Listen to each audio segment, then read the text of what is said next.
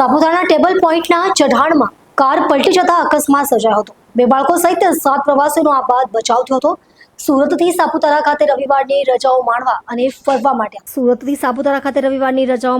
ફરવા માટે આવેલા પ્રવાસીઓ પોતાની કાર નંબર GJ19BJ 9161 લઈને સાપુતારાના જાણીતા પ્રવાસન સ્થળ ટેબલ પોઈન્ટ તરફ જઈ રહ્યા હતા। દરમિયાન ટેબલ પોઈન્ટના આકરા ઘાટ પર ચઢાણ ચડતી વખતે અચાનક કાર આગળ વધી શકી ન હતી અને પાછળની તરફ એટલે કે રિવર્સમાં આવવા લાગી હતી।